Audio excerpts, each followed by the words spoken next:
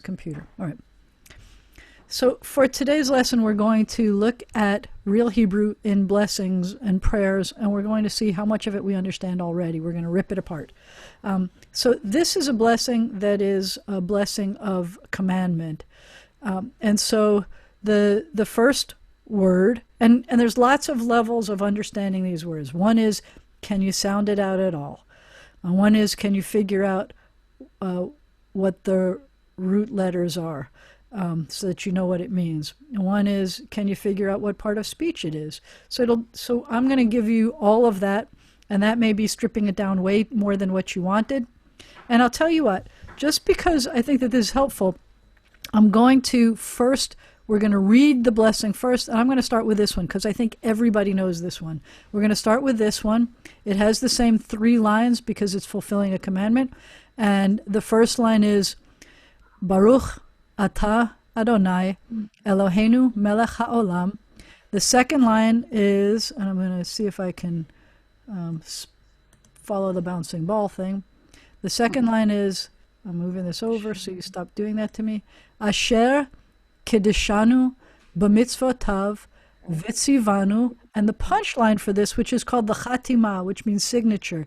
The signature line for this is Lehadlik ner shel Shabbat. Now that's easy for me to say because I knew it was coming ahead of time, and it's not hard, and it may be harder if you're sounding it out. But I wanted you to hear it first so you know what we're talking about, okay?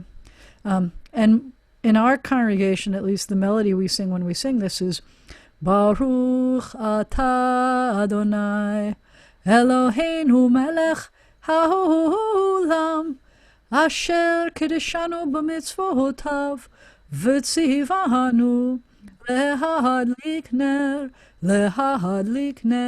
shel Shabbat. So the fact that I sing it like that tells you something really important about me. And I don't mean that I have a lovely voice. It's that I am Ashkefardic. So you know that for the most part, there's an Ashkenazic pronunciation of Hebrew and a Sephardic pronunciation. There's actually others. There's a Mizrahi, which is like a Middle Eastern. You can always tell when someone is speaking speaking Hebrew with an Italian accent, and they're going to have certain traits that they're always going to say. But for the most part, when I was growing up, we were taught that there was an Ashkenazi pronunciation, which means kind of a Yiddish. It's for the people who are from Eastern Europe. And one of the ways that you could tell that it was Ashkenazic, there are two big ways you can tell. One is every time you see this vowel, it's always going to sound like an aw, like A-W, like aw. And every time you see this consonant, if it doesn't have a dot in it, if it doesn't have the dagesh, it's going to be a s instead of a t. This time it has a t, so this is ata, but this time it's a s, it's b'mitzvah sav. And you're going to say Shabbos, you're not going to say Shabbat. So when Israel became a modern state, they started using the kind of modern pronunciation, and the modern pronunciation by default became what they call the Sephardic pronunciation. Cool fact, backwards again, Ashkenaz means German, and Sfarad means Spain, kind of to go back to where the origins of those pronunciations are. But those aren't the only 2 key things, and this is how you can tell that we're doing Ashkefardic when I sing that song. Those are the 2 most obvious, that this is always going to sound like an O, so this is going to be Boruch, and this is going to be Atoh. And if you see an old transliteration, you'll see those things in there. But the other thing so it's the O and the T-S thing, but the other thing that's a giveaway is where do you accent the syllables? So in Sephardic pronunciation, most of the time, the normal way of doing it is that the last syllable is what gets accented. So we say Baruch, Atah, Adonai, the accent is on the last syllables. But in Ashkenazic, a lot of times the accent shifts forward. So the way that I could tell especially that this is an Ashkenazic pronunciation, it's an Ashkenazic accenting with Sephardic pronunciation is when we say Lehadlik ner shel Shabbat, because in modern Israel, they would not say that. They would say, and you're going to go to some congregations, you're going to hear them that say, Lehadlik ner shel Shabbat. Because the accent should be on the end. It should be on Lahadlik, it should be on Shabbat. And you're going to hear sing. But when we sing it, we sing Lehadlik ner, and we're accenting that syllable here. Lehadlik ner shel Shabbat. That's ridiculous that we're accenting that syllable. There's no reason for us to accent that syllable.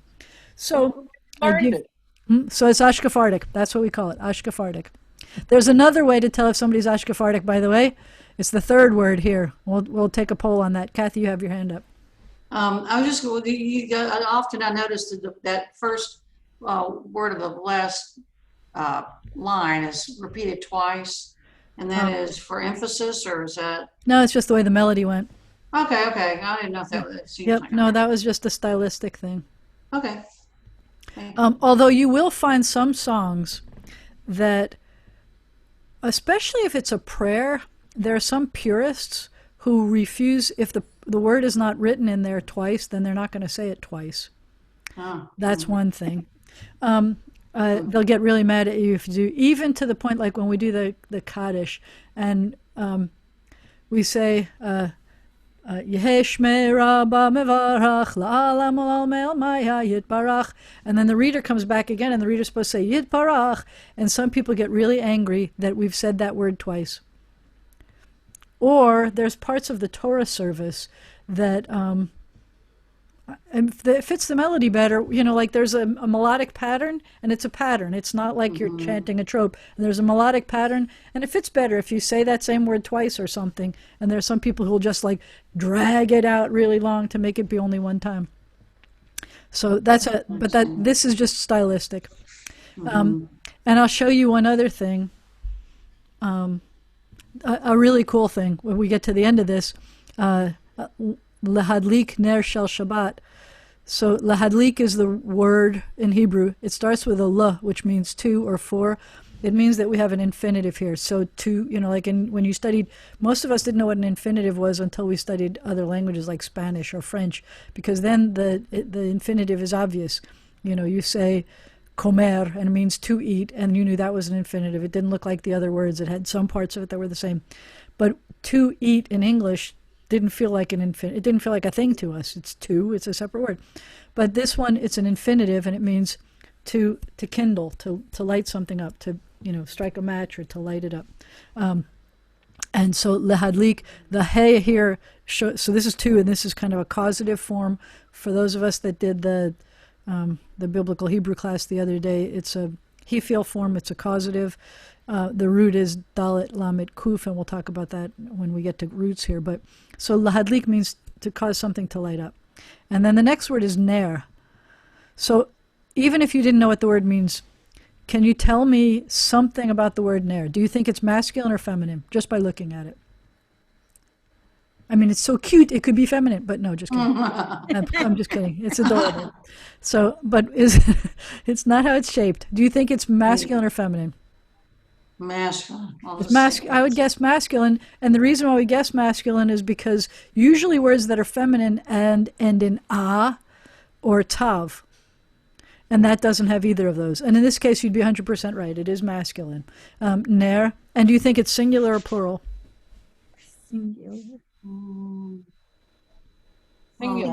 Singular. It's singular because plural would end in im or ot. Those are the two ways of making word plural. So that's how we can tell. So this is just, I'm just trying to show you that there's a lot of stuff. It may not like pop into your head as soon as you think of it, but you look at that word and ner looks masculine and it looks singular. And you would be 100% right on both of those counts right now. It is masculine, it is singular. Does it matter?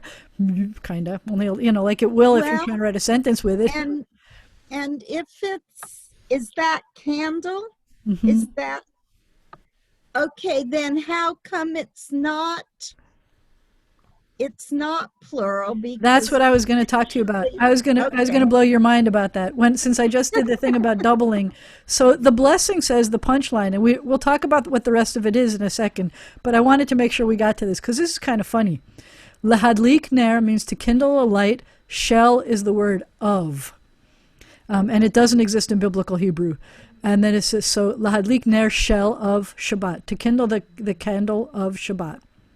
And it says only one. So I have a professor who is also an ordained conservative rabbi from JTS who would not let his wife light 2 candles, more than 1 candle on Shabbat, because the blessing says to kindle the light of Shabbat. So do you know why we light 2 candles for Shabbat or more? Anybody know why there's a tradition about 2 candles? So the tradition about the 2 candles is usually because we know how important Shabbat is to God. God mentions it a bunch of times in Torah, and God has no reason to say it anything more than once. When God says it one time, that should be enough. We should be listening, you know?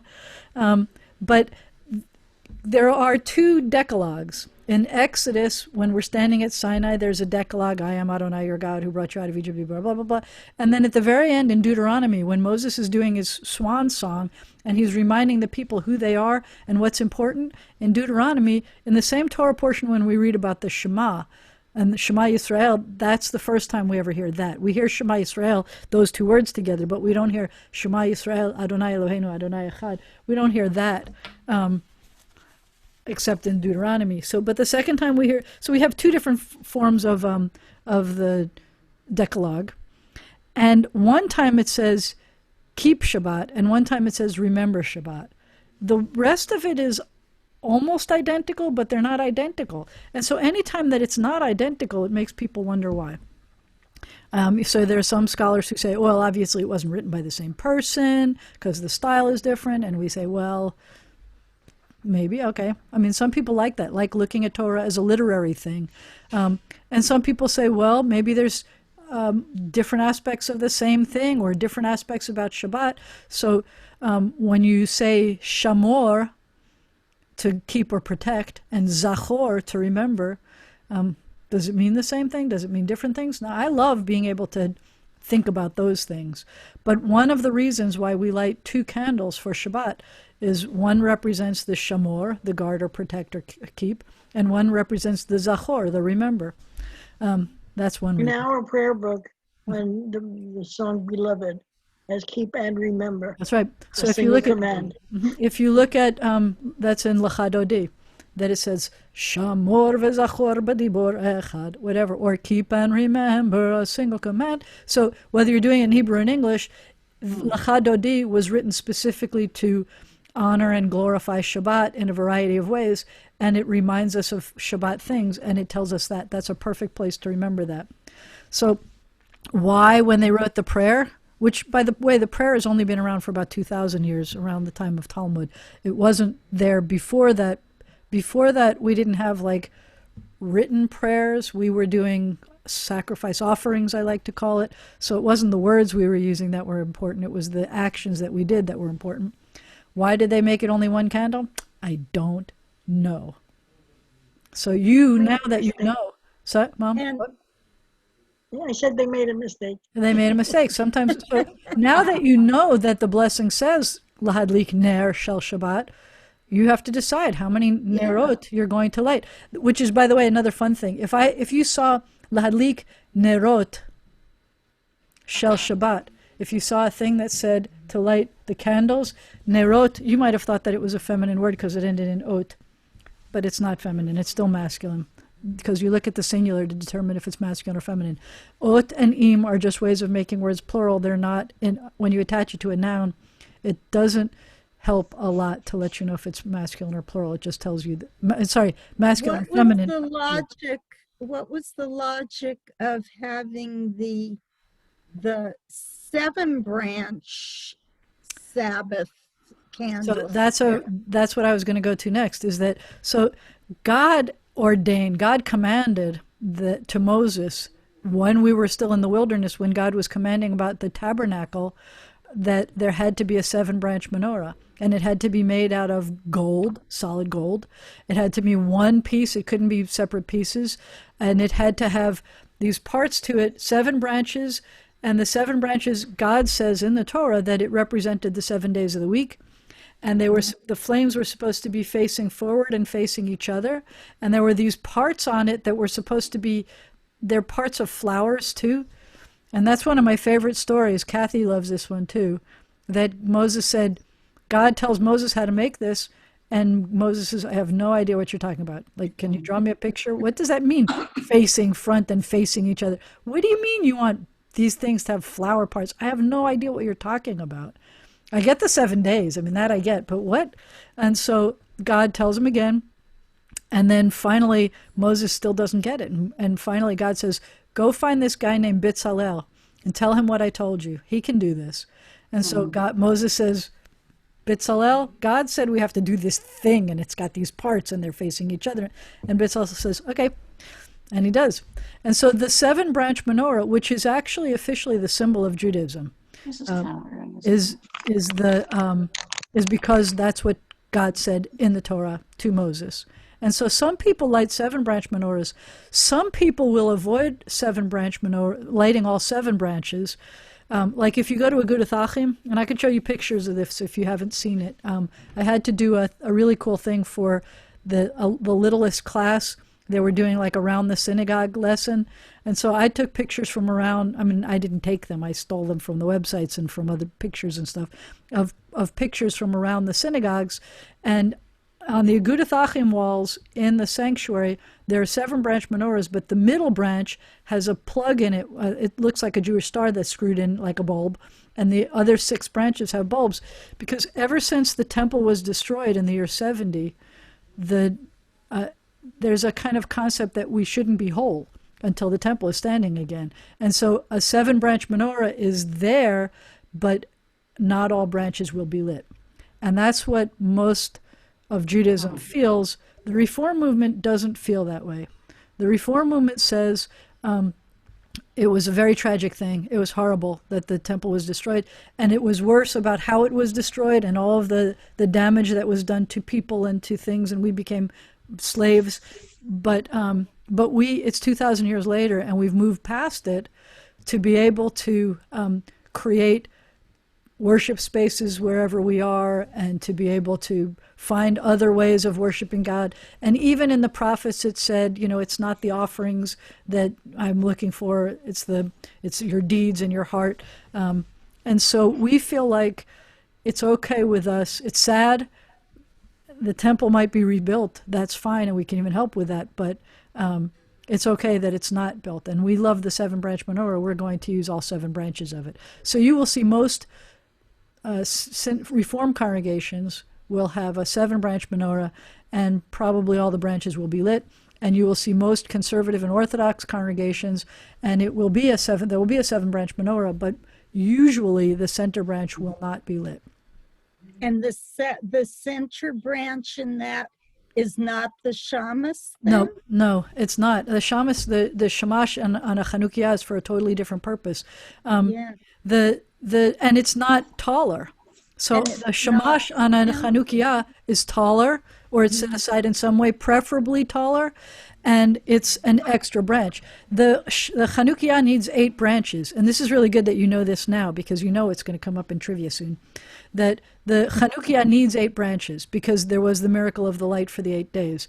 So you need 8 branches, and some rabbis will teach that they all have to be the same level, that you can't have like varying sizes. But that's artistic.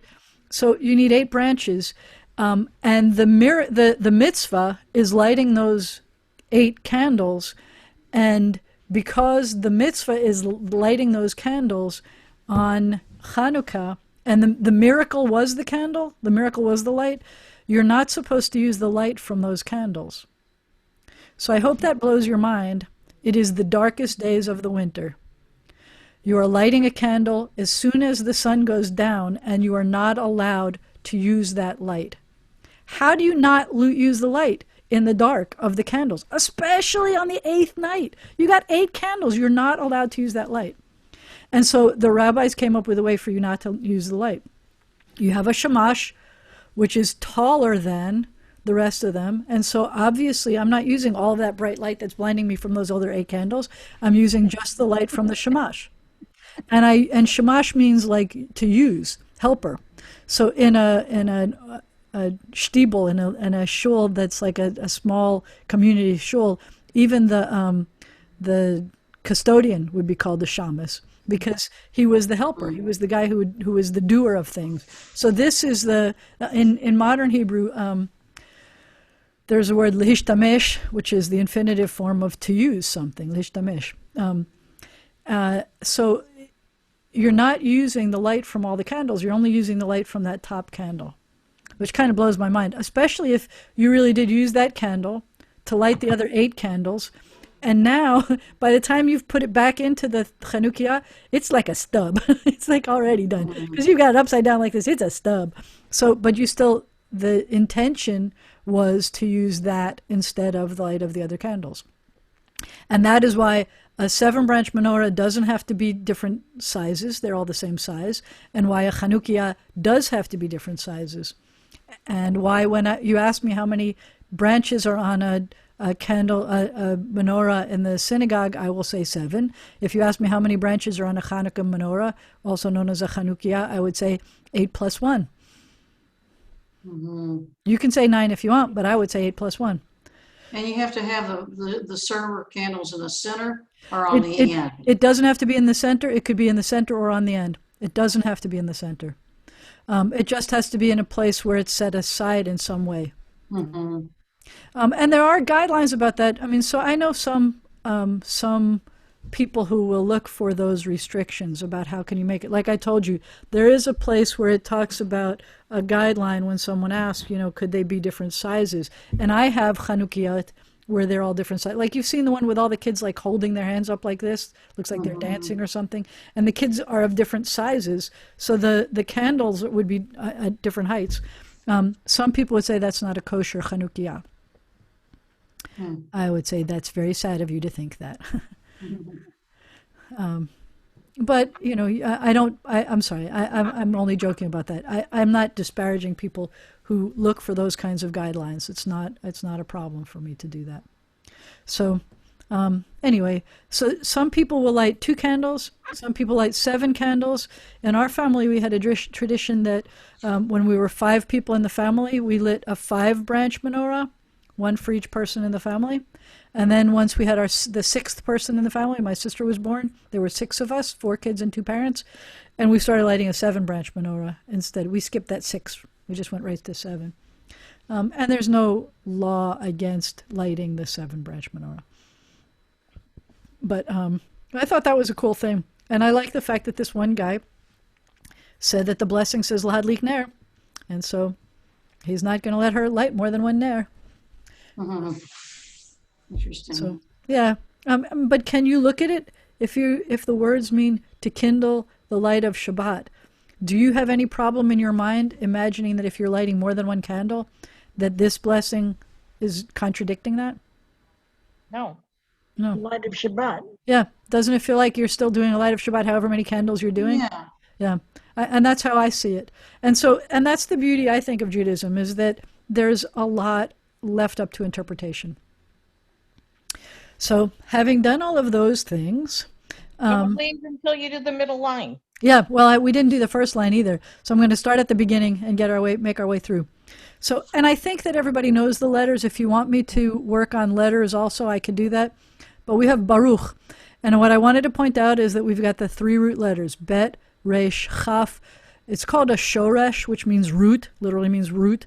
And so you look for the root of words. So especially verbs, adjectives, and often nouns will have 3 root letters. So if I go back to the bottom line, because it only has a few words, so lahadlik, the root is dalet lamed kuf. And the cool thing about verbs is that they will always follow the same pattern. So if I picked a different word in this infinitive form, in the hifil, in the causative form, the vowels would be identical. I would plop the 3 root letters like this, and it's really cool like that. And you know how to find it. So the dalet, the lamed, the kuf has to do with the lighting something. Ner does not have 3 root letters. And so I'm not saying that all Hebrew words have 3 root letters. I'm just saying that that's a common thing to look for. Shel doesn't. That's a preposition. Those prepositions are freaky. They do their own thing. Shabbat has 3 root letters. And it's not surprising that Shabbat has 3 root letters. Shabbat started as a verb. If you swap these vowels, if you put this vowel here and this vowel here, I have to take out the dagesh. We did this class we talked about it with one group. I will say these things over and over again. After a long vowel, you can never have a dagesh. So there's a pattern. You have 3 root letters, and under the first letter is this, and under the second letter is this, and I like to call that the yay verb pattern. So if you had the long vowel here, this is a long vowel, and the short vowel here, if we swapped them, then instead of it being Shabbat, it would be Shavat. And Shavat means he rested. That's what it means. He rested. Masculine singular, he rested. And so you take those same letters for Shavat, he rested, and God said, well, I'm going to call it Shabbat because he rested. Same exact letters. I love that when you can see it. So anyway, Baruch. Baruch is an adjective form. The under the first letter, and then a vav vowel between the second and third letter. You are familiar with other adjectives that use that form. They don't always go a-u, they sometimes go a-o. So for example, we're going back to Chanukah, seems to be a recurring theme here. On the dreidel, there are 4 letters, nun, gimel, hey, and shin, and they stand for 4 words, nes, gadol, haya, sham. Gadol is an adjective, it means big or great, and it follows that same pattern. It's that a-o or a-u. So that's the adjective form, and it's how you recognize adjectives. With my kids, I teach them, we have a song that says, there's a hole that's kachol at the bottom of the sea. There's a hole that's kachol at the bottom of the sea. There's a hole that's kachol. There's a hole that's kachol at the bottom of the sea. The hole is blue. Kachol is blue. And then there's I don't have a green thing. There's a rock that's yarok in the hole that's kachol at the bottom of the sea. Yarok is a rock and yarok is green. All of these words that have to do with colors, 99% of them are a-o pattern. Kachol is blue, yarok is green, Sahov is yellow, Adom is red. They all have this A-O pattern. It just turns out that Baruch isn't, but it's not critical. It's either A-O or A-U, and you've got an adjective. So this is an adjective of Bet Resh Chaf, which means bless. So we're going to say blessed or praised, or there's no verb to be in the present tense. Atah, and that's a word you know. That's a masculine singular pronoun, means you. Baruch atah, praised are you. This is my abbreviation for Adonai. Hey with a chupchik. And then we have the word Eloheinu. This is one of those things that you know most of this. So the word for God from the first creation story, remember Bereshit bara Elohim? The word for God is Elohim. Him sounds like a plural word. It's got an im ending. The words that end in im, and we didn't get to this in our prayer book class, if it ends in im and I want to add a possessive ending to it, then I change im into a. I love when I find an a in a word, or so, because it means that whatever this noun was is plural and possessed. So Elohe means God of. Elohim is God. Elohe means God of. Eloheinu is from the word anachnu, which means we or us. So in this case, it's our. Eloheinu means our God. Baruch atah Adonai. Praised are you, Adonai. Eloheinu, our God. Melech ha'olam. You know Melech. That was one of our first words. Melech is ruler, king, sovereign. Melech. And then ha'olam. Ha means the. Olam is universe or world. And when we have 2 nouns here squished together, so 2 nouns squished together, and the only thing that's coming between them is the ha, then it means we have a possessive relationship going on here, also known in our book as a word pair, also known in the real world as smichut, the construct state, and it's a possessive thing. So this says ruler of the world, or ruler of the universe, melech ha'olam. So Baruch atah Adonai, praised are you Adonai, Eloheinu, our God, melech ha'olam, ruler of the universe. That, most blessings will start with those 6 words. And then the middle line, I promised I'd get there. The middle line is made up of these 4 words, Asher, Kiddishanu, b'mitzvotav v'tzivanu. So the first thing I'm going to point out is hopefully you notice that there's a new ending here and a new ending here, and it's the same kind of a new ending as here. And we said that anachnu means us or our, kiddeshanu has to do with us or our, v'tzivanu has to do with us or our. So in this case, the kiddeshanu, asher, but let me just give you an asher for a second. Asher is the relative pronoun, which means it's related to everybody. He slept around. No, it means that asher is the relative pronoun. It means that, which, who, where, when, asher. So in this case, we're talking about God. Praised are you, Adonai our God. So we're going to say asher, who something, or that something, or whatever. You're going to have to figure out how to translate that best. Asher kiddeshanu. So do you remember what kadosh means? That's our three root letters. Kuf, Dalet, Shin. What's kadosh? Holy. Holy. So, and I told you that that Caleb said Kaddish like cottage cheese. Holy cheese is really Swiss cheese. Okay, Kaddish. Kiddeshanu, this comes from the intensive form. This is from the causative form, and this is from an intense form. So this is an intense thing that they're doing. Kiddeshanu. So it's something about, this is make us holy. Asher kiddeshanu, that makes us holy. You see where the us is? And you see the makes holy us. We wouldn't say it that way in English. Makes us holy. And that's all built into that one word. The kadosh is holy. Kiddush is an intensification of that. And then the new ending means us. So it's a verb that says, Asher kiddeshanu, who made us holy, b'mitzvotav. This is a hard word to read. I want to just break this down for a second. So remember, here's one of the most important things you have to look at. Consonant, vowel, consonant, vowel, consonant, vowel, consonant, vowel. Consonant is b. The vowel is so it's b. This is a prefix. It means in or with. Then we have a consonant m with the vowel e. Mi, mi.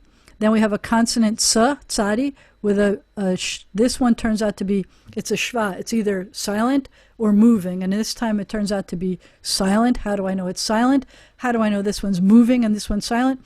Because by definition, a moving shva is at the beginning of a word or syllable. You can't stop before you got anywhere. So this is ba, which is what the moving shva sounds like. And this is a resting shva, and I can tell because it comes at the end of a syllable. So I'm going to give you a couple ways of knowing that it's the end of a syllable. One is because I already told you the word is b'mitz votav, so mitz, it ended. There was a silence in the middle of the word, b'mitz votav. So it ended, so that's a resting shva. It's not b'mitz votav. Another is that after a short vowel, what comes before a resting shva will always be a short vowel. And that happens to be the short vowel. So what comes before a resting shva will always be a short vowel. So this is b'mitz. And we get to move with this one and rest with this one, b'mitz. So I have consonant, vowel, consonant, vowel, consonant, vowel. What is this? It looks like an O, doesn't it? Doesn't it look like the O vowel? Yes. But it's not an O vowel because I have a consonant vowel. I need a consonant. That's a consonant. What do you mean it's a consonant? It's an O. I know it's an O. It is not an O. It's a vav. It has to be a consonant. It's got to play its role. And in this case, it's a vav with an O dot over it. Because, sometimes the O dot, sometimes you see it like this with the vav with the O dot. And sometimes you see it like this where it's just the dot and there's no vav. So in this case, you have a vav, and the vowel for that vav is this kind of dot. So this. Okay, it's because you have the moving schwa underneath the letter before it. So this is actually a resting shva, but yes, but because there's a vowel marker here, what comes after the vowel has to be a consonant. Where's the consonant there? I panicked. It doesn't look like a consonant. Oh yeah. It's not just an O vowel. That's a vav with an O dot over it. So it's one of the hardest things to read. If you were to read it, b'mitz, it's not, people want to make it b'mitz otav or b'mitz something, but it's b'mitz vo. And then we have the ta. Now here's another complicated thing. You have a kamatz, which is the a, and a yud, which means that this word is possessed and plural, and then the vav. This combination of things, the kamatz and the yud and the vav, means that this word was plural and it's also being possessed. And it is plural because it's mitzvot. Mitzvot is the plural of mitzvah. So ba mitzvot with, and then the av ending, and it's really weird because the yud is like silent. But you're going to see this often. It's a fairly common thing that you have the kamatz and the yud and the vav, and when you have that, it means that whatever this was belongs to him. It's his. So it's ba mitzvot tav, in or with his mitzvot. And mitzvot is the plural of mitzvah, commandment, to commandments, with his commandments. Who makes us holy with his commandments, ba mitzvotav. And then there's a comma, so this shouldn't really belong in the middle line. It kind of should be belonging with the punchline.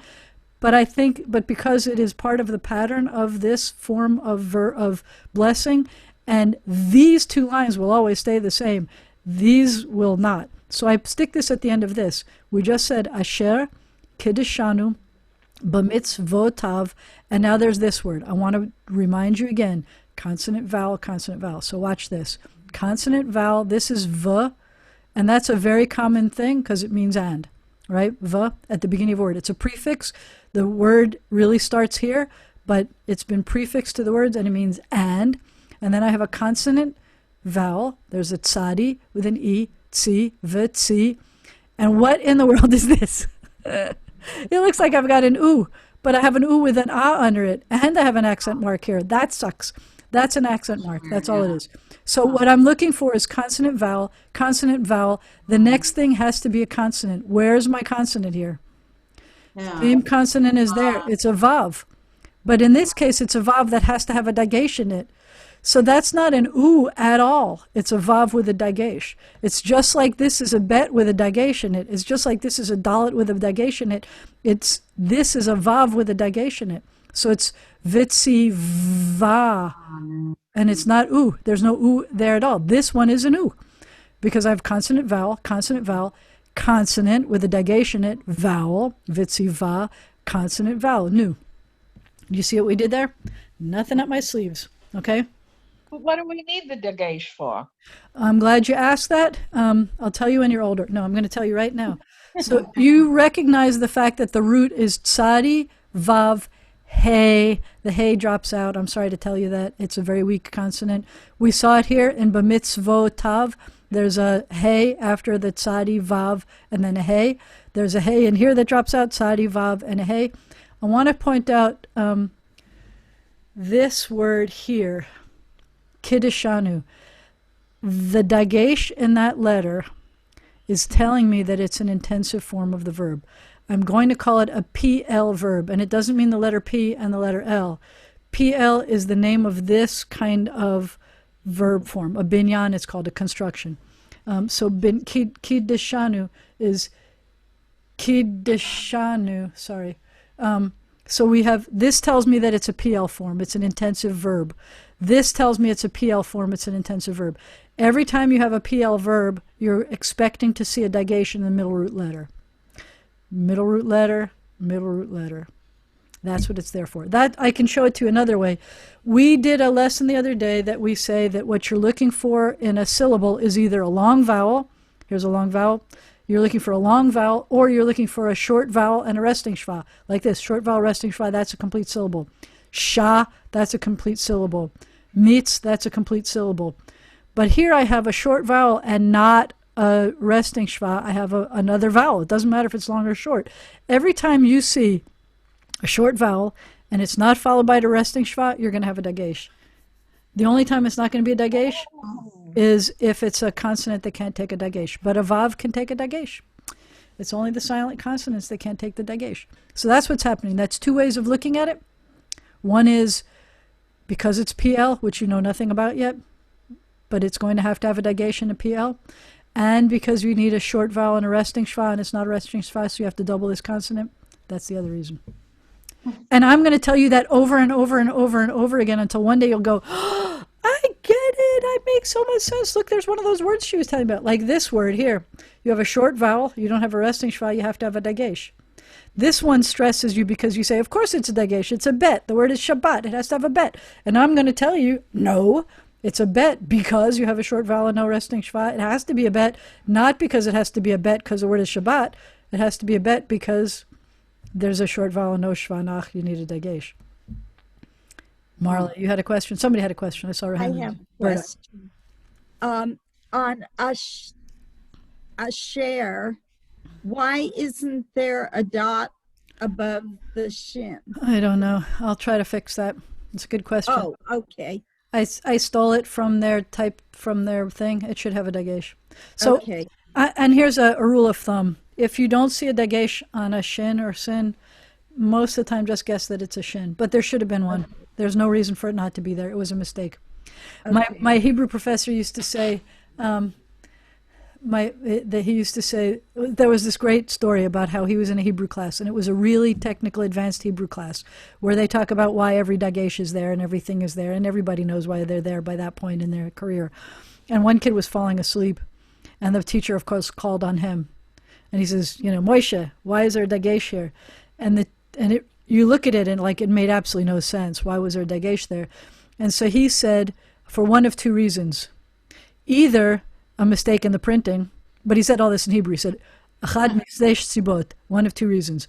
Oh, ta'ud betfus, it's either a mistake in the printing, or zvuv ba v'asa mashu oseh, or a fly came and did his thing on it. He said that because he was like asleep and he got called on. So I always think about that. It's one of those two reasons why there's no dagesh there. That either it was a mistake in the printing. That one's just a mistake in the printing. Okay. Was that fun or what? I'm sorry. Was that fun? All right. Yeah, that 7 was o'clock. fun. That was great to read that. So, and we can keep doing this kind of stuff, and that's a way of reviewing. But I have my book too. okay. I'll stay So on. let me. I'm going to hold on. I'm going to stop the. Where is it? I'm going to stop the recording.